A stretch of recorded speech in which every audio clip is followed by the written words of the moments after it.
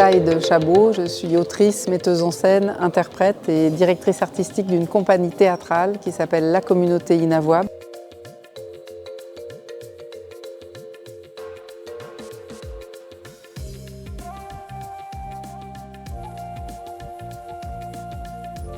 Ça a consisté essentiellement à pouvoir présenter aux habitants des spectacles qui sont un peu particuliers parce que c'est ce qu'on appelle des autofictions.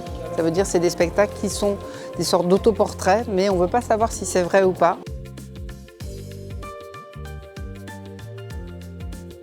Ce sont des poèmes, d'une certaine façon, qui s'inspirent du réel qui est le mien, qui est en fait une histoire de migration ancienne. À la fin du 19e siècle, mes ancêtres siciliens sont partis de Sicile pour la Tunisie et sont arrivés en France.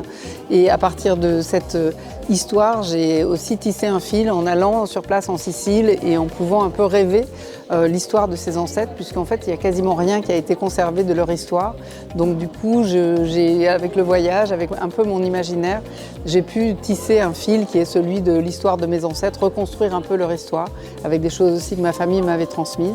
Ça a pris la forme d'un grand banquet dans lequel j'ai pu accueillir les habitants et qui ont découvert un peu cette façon de faire théâtre de soi, c'est-à-dire de faire théâtre de tout, de presque rien, de la vie, des petites choses de la vie, mais de voir comment dans un dispositif suffisamment précis et poétique, on peut aussi se raconter tout en essayant de tisser des fils vers l'histoire de chacun, des migrations aussi d'aujourd'hui, des personnes qui peut-être habitent ici et ont quitté leur terre, leur famille, leur culture, leur langue.